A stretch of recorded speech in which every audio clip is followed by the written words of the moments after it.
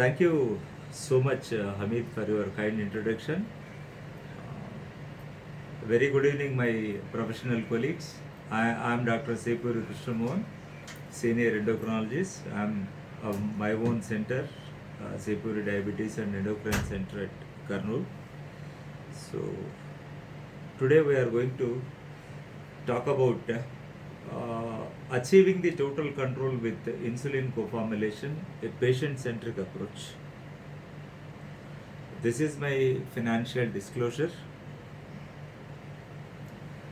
and today's agenda is divided into: first part is the conundrum of diabetes management, the 2-in-1 co-formulation for total control, and the last is the practical dosing recommendations.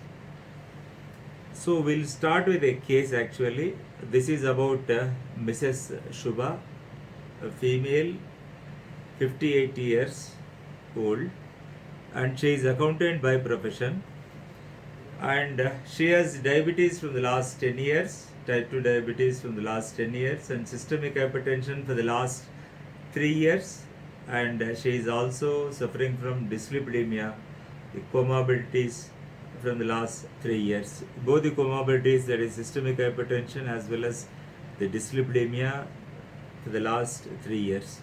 And currently she is on metformin 1 gram BD, tablet glimepiride 1 milligram BD, tablet empagliflozin 25 milligram once a day, tablet telmisartan 40 milligram once a day, tablet atorvastatin 40 milligram once a day.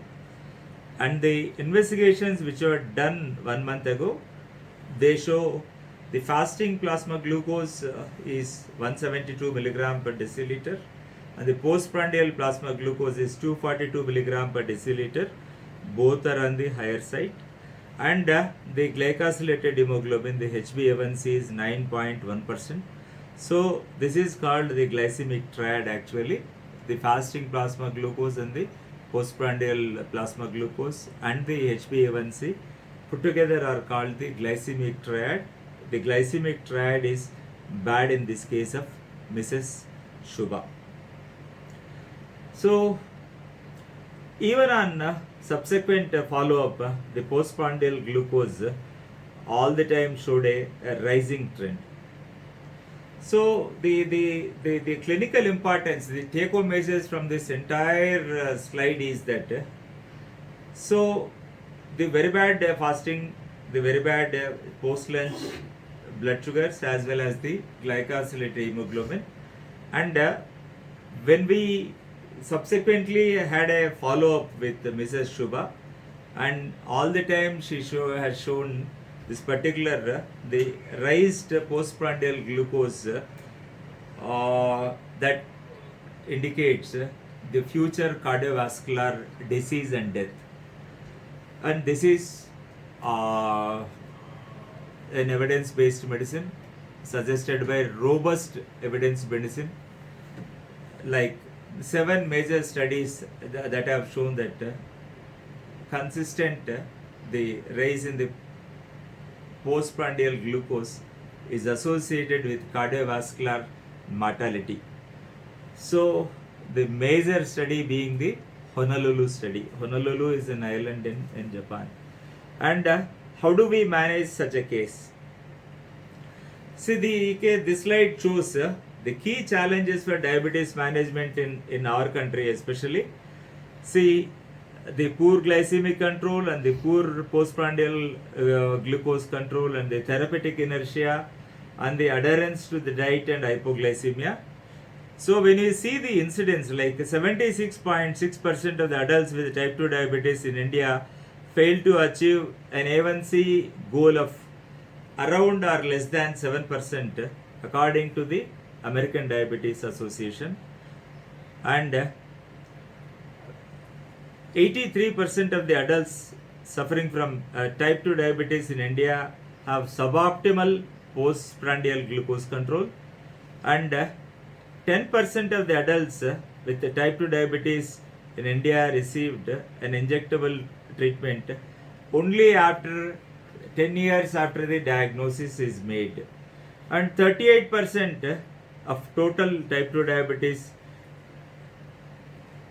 participants adhered to a diet. And the last point, the people with type 2 diabetes in Southeast Asia have an estimated 3.4 severe and 14.6 non-severe hypoglycemic events per year. So this bar diagram clearly shows the control of the PPG excursions may be an unmet need of diabetes management in Asian population. On the left hand side, you can clearly see that this is insulin naive patients, and on the right hand side you can see the insulin experienced patients. And the left hand side bar diagram, you can see the blue is Asian and the green is non-Asian. You can very clearly see that when it is related to breakfast or lunch or even the evening meal, the Asians always had a higher blood sugar level when compared to the non-Asians in the insulin naive patient. And the same way we see with this particular the insulin experienced, we can see that the difference is a little bit minimized when the patient is on insulin. The difference between the Asians and the non-Asians, whether you breakfast as a parameter or the lunch as a parameter or the evening meal as a parameter, has shown a little difference, especially the evening meal has shown very little difference. But all are, when you take the p-value, all the parameters, either the insulin naive or the insulin experienced, whether it is Asian or the non-Asian, whether it is breakfast or lunch or the evening meal, are statistically very significant. And this is the evidence from the Indian studies, the high postprandial glucose and the high HbA1c levels.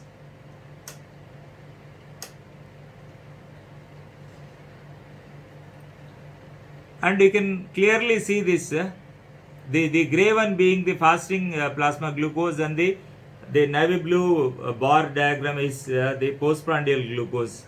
And when you take all these studies, that is IDCI and the DAB care, A1C achieve and the present and improve, you can find the difference between the fasting and the post lunch, and both are elevated, and the uncontrolled glycemia in India demands the timely treatment, optimization and insulin therapy, because we have a tendency to delay the insulin therapy, maybe because of the request from the patient side, or maybe the clinician's inertia to initiate insulin.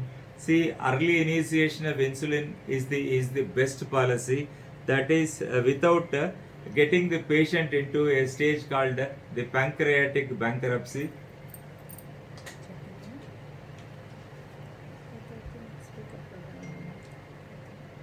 So the uncontrolled glycemia in India demands timely treatment and optimization and the timely insulin therapy. And all the time you know that high carbohydrate diet is the common Indian reality. You take the STAR study, that is the dietary survey in Indian type 2 diabetes population, 61% to 70% of the energy intake in Indians is through carbohydrates present in the diet. And of late, the recent research has shown that the high carb intake is associated with the future cardiovascular disease and the future cardiovascular mortality. So the proportions, what I suggest is around 30% must be the carbohydrates, and the 30% must be the proteins, and the 30% must be the fats. And high carb diet also leads to the raised postprandial glucose levels, which is directly related to the cardiovascular disease and the cardiovascular mortality. The Indian Diabetes Care Index, that is IDCI, this is the study done by the Novo Nordisk people itself. and a wonderful study. Number of participants more than 3,50,000, and the mean age is 55 years, and the A1C is somewhere around some 8.56, and the fasting is around 172, and the postprandial is around 153 milligrams per deciliter. And more than 83% of the participants, the patients had a PPG of more than 160 milligram per deciliter. And the OAD inadequacy, that is called the lessening effect. On the left hand side you can see the bar diagram, which clearly shows that the blue bar diagram is like the before the treatment, that is pre-treatment, that represents, and the gray bar diagram represents the post-treatment. You can very clearly see the patients who are on 2 OADs, 3 OADs, 4 OADs, and plus insulin.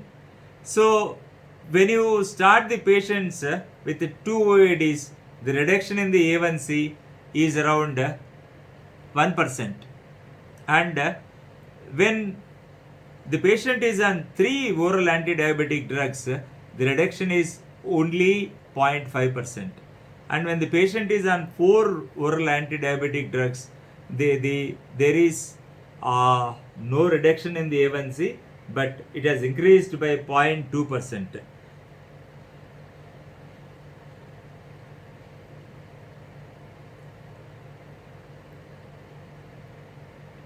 So when the patient is added this particular insulin, when the patient is put on insulin, you find a drastic change that the post-treatment shows a reduction of A1C of 1.3%.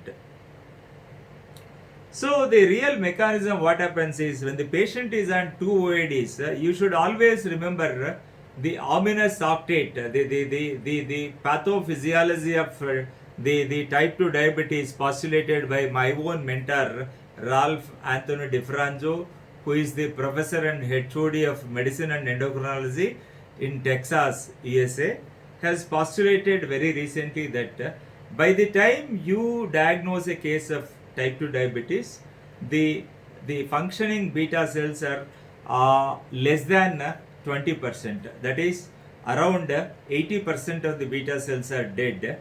And he only said prior to this, the ominous octet, that is, the 80% beta cells are dead by the time you diagnose a case of type 2 diabetes. He only postulated around 10 years ago that the beta cell mass, functioning beta cell mass is around 50%, and the non-functioning beta cell mass is 50%. And now the current postulation is that more than 80% of the beta cells are almost non-functioning, are dead. That is, the reserve is only like 20 to 30%. And the take-home message from this particular angle is that when the pancreatic beta cell reserve goes below 25%, no OAD is going to act upon this particular the beneficial for the patients. So this is high time where the pancreatic bankruptcy had already occurred and the patient has to be on insulin inevitably. You just have to remember this particular point. A clinical situation where HbA1c remains above goal despite concurrent use of optimal dose of 3 oral glucose lowering drugs of different classes, one of which should be metformin and the second preferably a sulfonylurea, provided adequate diet and exercise have been followed, and a comorbid the condition causing hyperglycemia is ruled out. So the moment you start increasing the OADs, so there is no functioning beta cell which can release the insulin. See, the all the time most of the the sulfonylureas, they act on the pancreatic beta cell, and it squeezes out the insulin from the pancreatic beta cell. If the functioning pancreatic beta cells are less, and the result is like when the patient is put on the 2 OADs, the reduction in the A1C was 1%. 3 OADs, it has become 0.5%, and when you had put on 4 OADs, no decrease in the paradox, it is increased by 0.2%, and when insulin is added, you find a dramatic decrease in the A1C, that is by 1.3%. And coming to the second point in the agenda, that is 2-in-1 co-formulation for total control. And the indices for the holistic choice of insulin therapy, the need of an insulin therapy that offers a total control should have the following qualities, like it should have the lower incidence of hypoglycemias, and it should have the mealtime flexibility, and it should be a very simple regimen, and it should be very convenient. The device must be very convenient, and it should provide a better quality of life to the patient actually, and it should be cost effective all the time. And added to this, the effective glycemic control, that is what I said, it should be able to control the glycemic triad, that is the fasting plasma glucose and the postprandial glucose and the HbA1c. And is insulin degludec and insulin aspart combination a prudent choice? And this is called a co-formulation, the combination of the basal insulin, insulin degludec, and the prandial insulin, insulin aspart, is called the co-formulation. And the take-home message is, this is the only one co-formulation as and today in the entire world.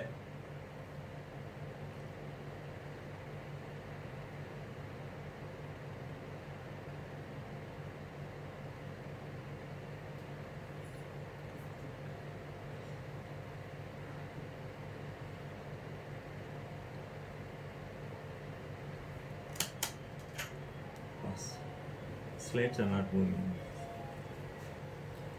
Thank you. Sorry for the technical glitch.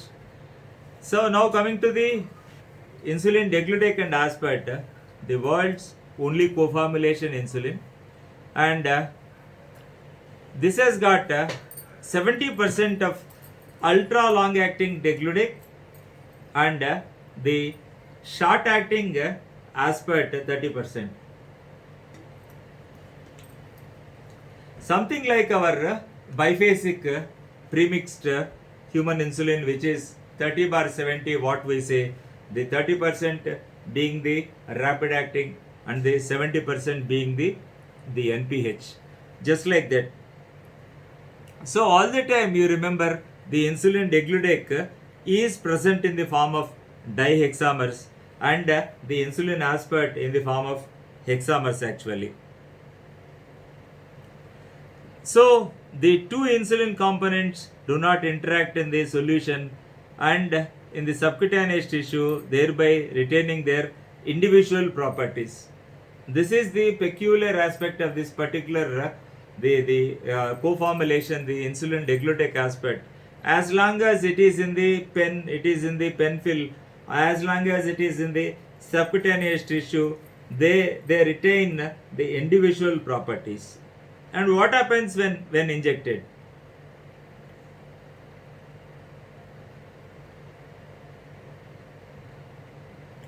And the combination of quick release prandial insulin with slow release basal insulin, that is the prandial insulin aspart component, it is rapidly absorbed and the fast onset and the short duration of the glucose lowering action. In contrast to that, the basal insulin degludec component, that is flat and stable, steady state, where the insulin monomers slowly and gradually dissociate. You can see in this cartoon, like insulin degludec, the co-formulation, when injected, it is the insulin degludec is in the form of dihexamer and insulin aspart is in the form of hexamer and injected into the subcutaneous space, the phenol diffuses very quickly and the insulin degludec dihexamers link up via the single chain contacts to form a long multi-hexamers and in the subcutaneous depot. The insulin aspart monomers are released into the circulation very rapidly and the zinc diffuses slowly causing individual the insulin degludec hexamers and to disassemble releasing the monomers. This is how the mechanism of action of this particular insulin degludec and the insulin aspart when injected subcutaneously. That's what how the sequence of actions they happen in this particular way. And the graphic representation, it shows the once daily insulin degludec aspart a distinct postprandial and the basal glucose lowering effect, and you can find the black line on the top, that is the insulin degludec, which is given at the dose of 0.6 units per kilogram body weight, and the orange one is the prandial component and the green is the basal component, that is this is aspart and the green is the degludec.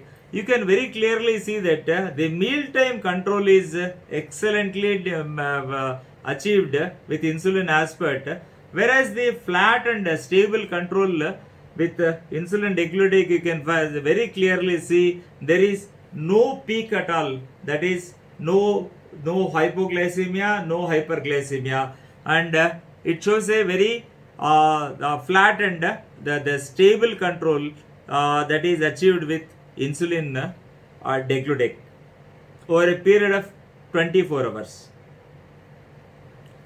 The ideal patient profiles for insulin degludec and aspart initiation. In case of uncontrolled on OADs, the patient is uncontrolled on OADs, that is what we said earlier, the couple of slides prior to that we had seen 2 OADs, 3 OADs and 4 OADs. That is need for safety and flexibility at the time of initiation.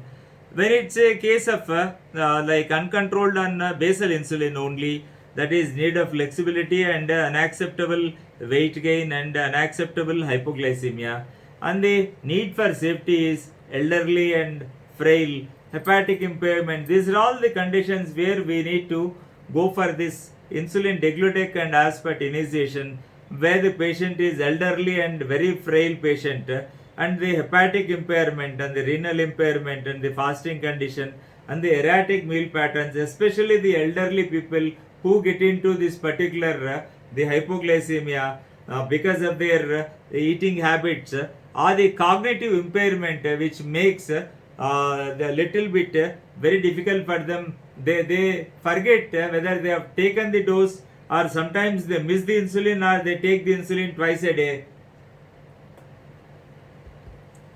thereby leading to hyperglycemia followed by hypoglycemia. And again the patient profiles, where the patient is on premix insulin, OD or BID or the basal plus, the poor fasting glucose, the need for flexibility, for the recurrent hypoglycemia. These are all the patient profiles, that is these are all almost the indications of for this particular insulin degludec and aspart initiation. The patient is on basal bolus, so when the patient has got unacceptable variability, you have to go for this particular combination, the coformulation, and the recurrent hypoglycemia and need for flexibility. These are all the indications we have narrated, the indications for initiation of insulin degludec and aspart. And the efficacy and safety with insulin degludec and aspart versus OD basal insulin. So that is, see, it is divided into, the study group is divided into 2 groups. The insulin naive patients with type 2 diabetes, the total subjects were around 296. The patients who were put on this particular, the existing OADs added on to this particular, the insulin degludec aspart once a day, and the other group is the OADs, existing OADs plus insulin glargine U100 OD.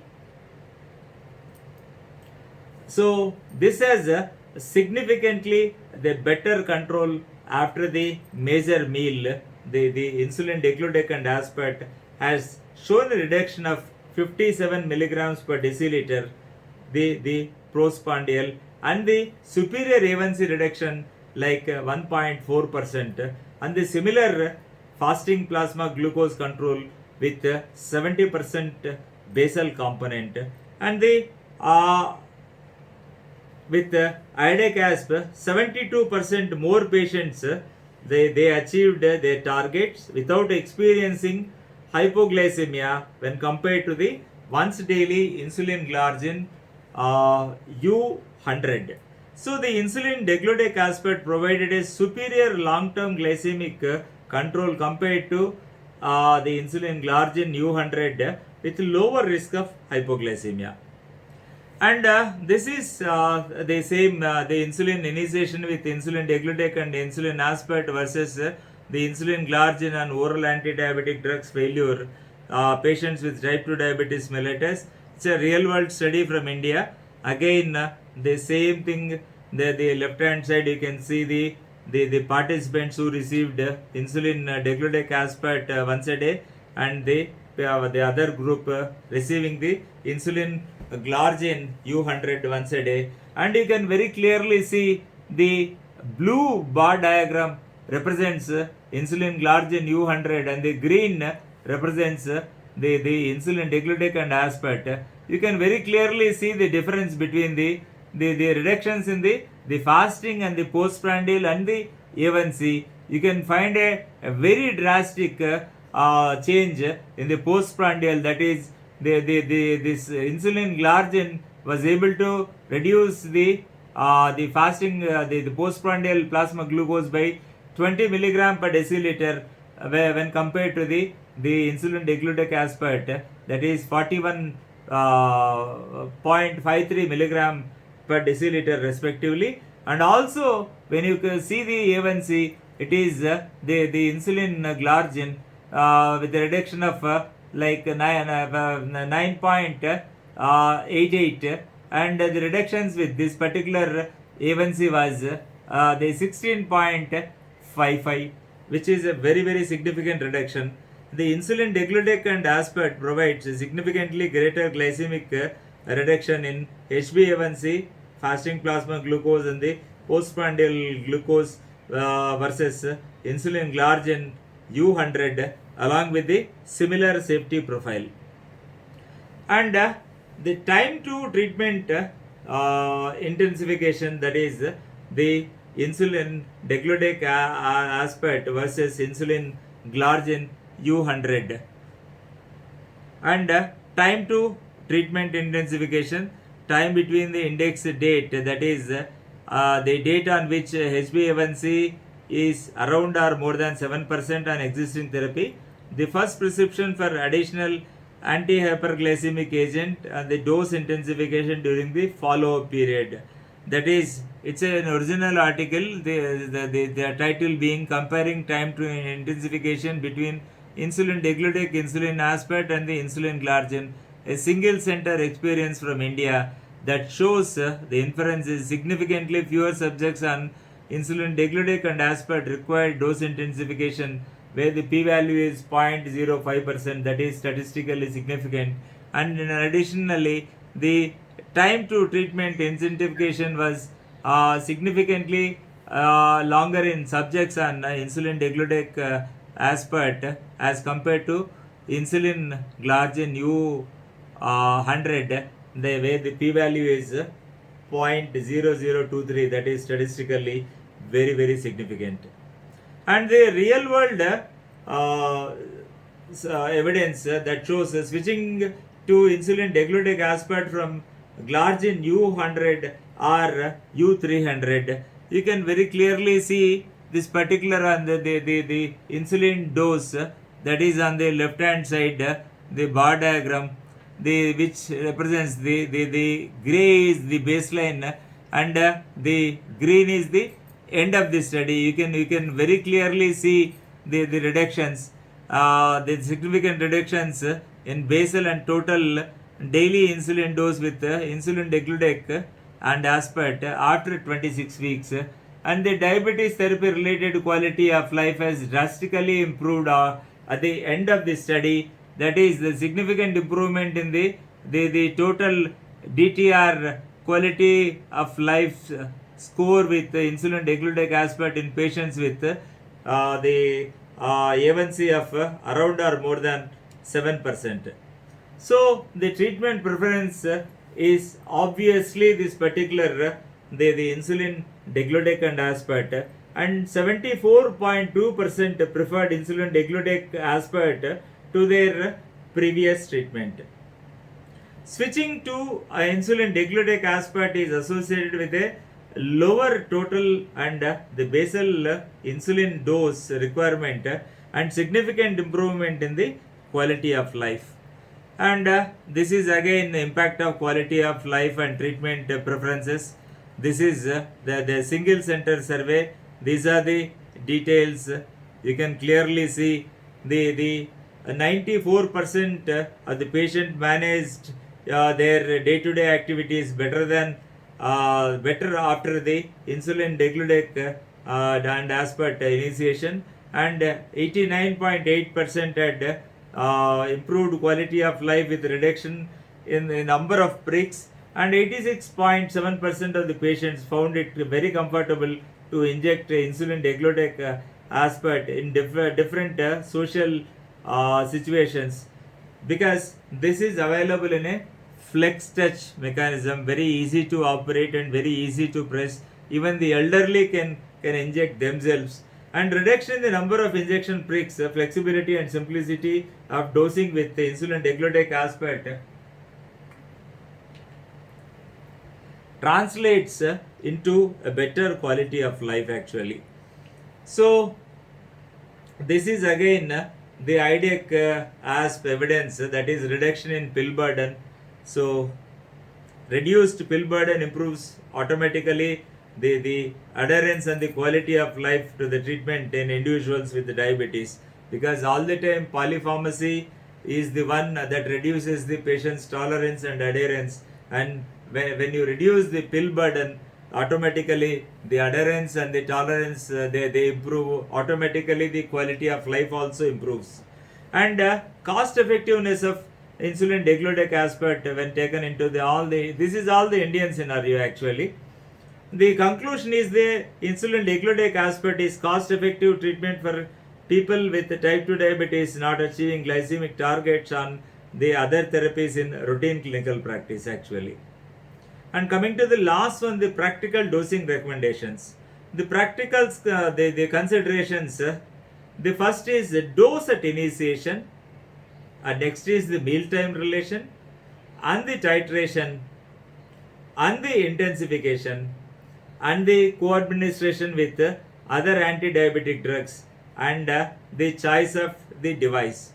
The how to administer this insulin degludec and aspart, that is the co-formulation. How you decide when to give this particular combination co-formulation, and what time you want to give. The dictum is that it has to be given with the largest meal of the day.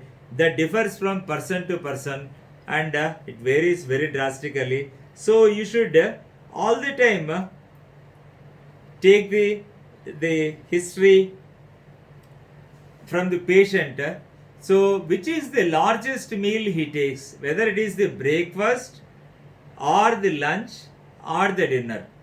See, the bank employees, they usually have a big large meal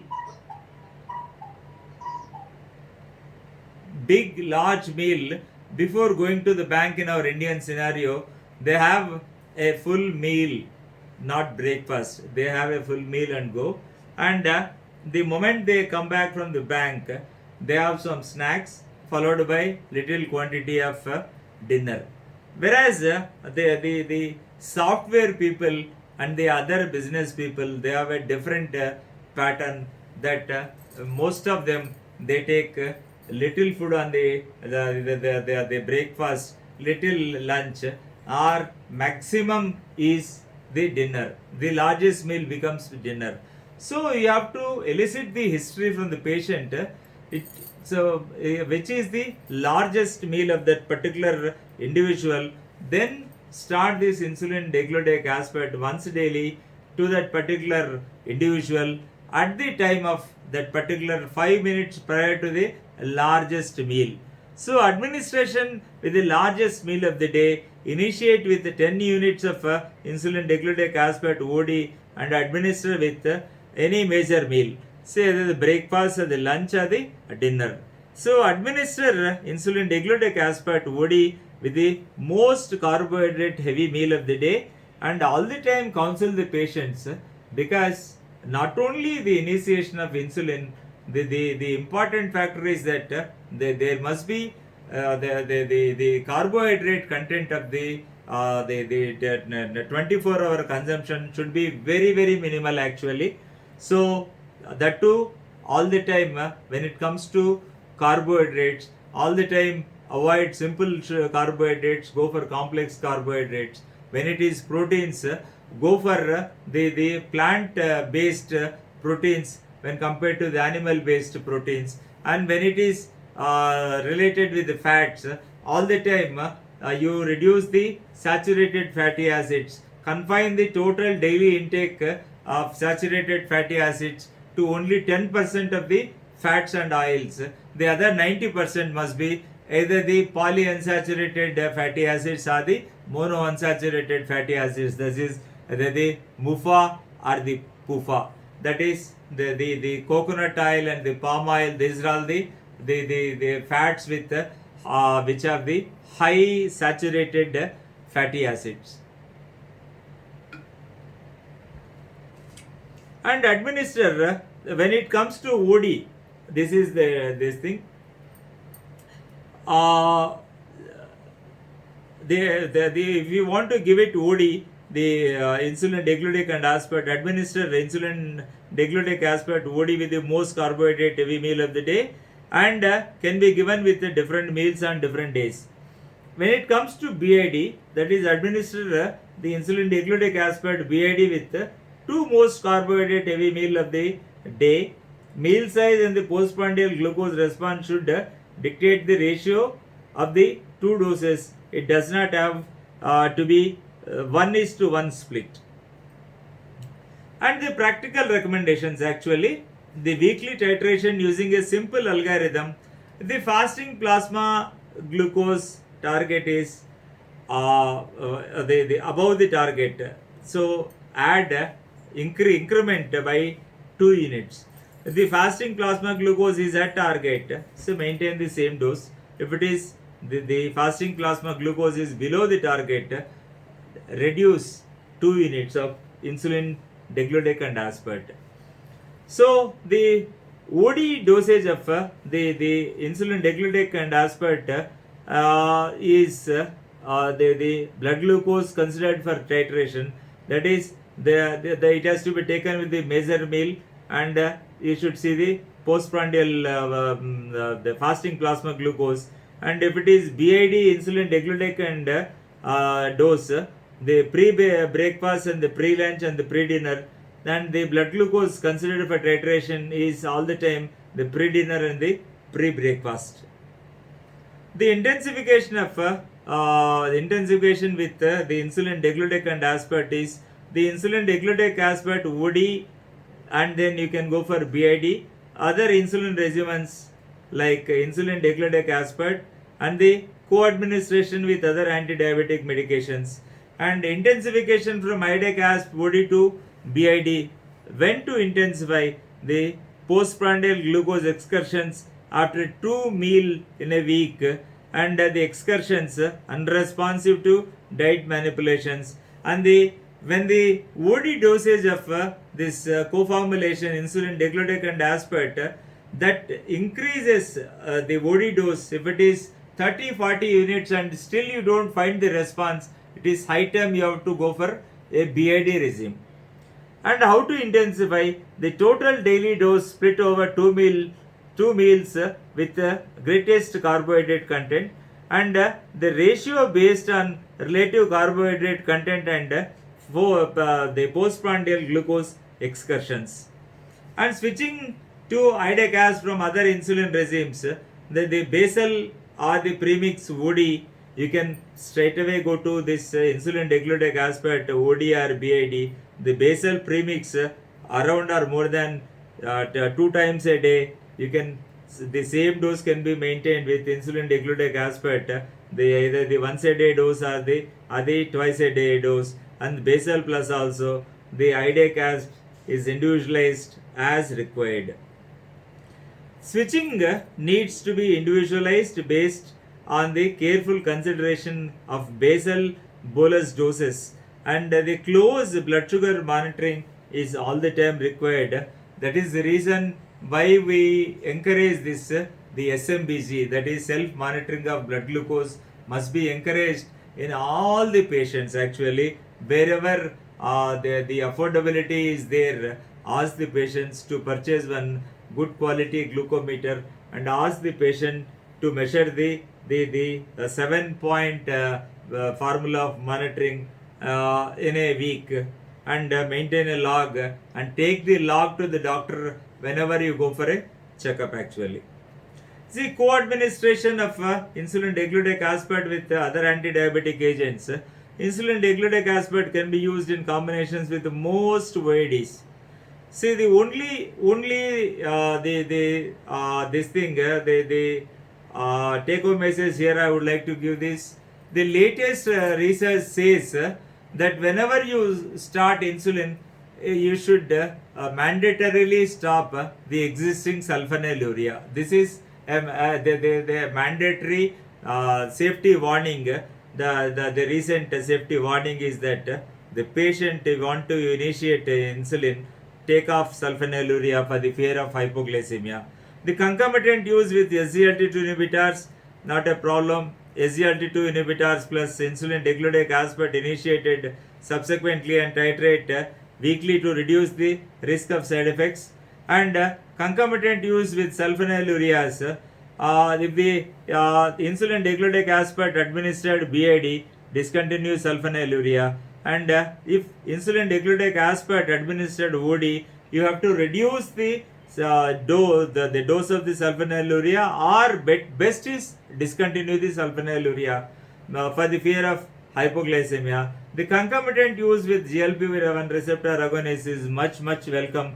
Like adding IDECAS to GLP-1 receptor agonist, initially daily dose of 10 units is recommended. Adding GLP-1 receptor agonist to IDECAS, the insulin dose may need to be decreased based on the A1C, just because of the fear of the hypoglycemia. No additional considerations. See, insulin degludec and aspart combination, the co-formulation is compatible with the sensitizer metformin, the alpha glucosidase inhibitors, the DPP4 inhibitors, and the SGLT2 inhibitors, and this particular GLP-1 receptors.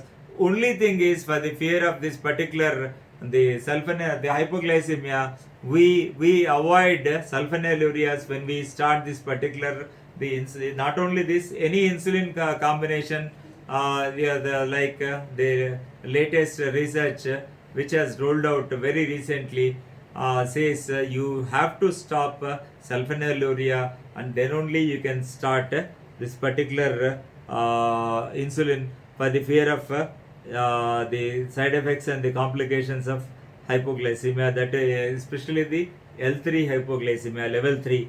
No additional considerations when combining this particular insulin degludec aspart with metformin, alpha glucosidase inhibitors, or the DPP4 inhibitors.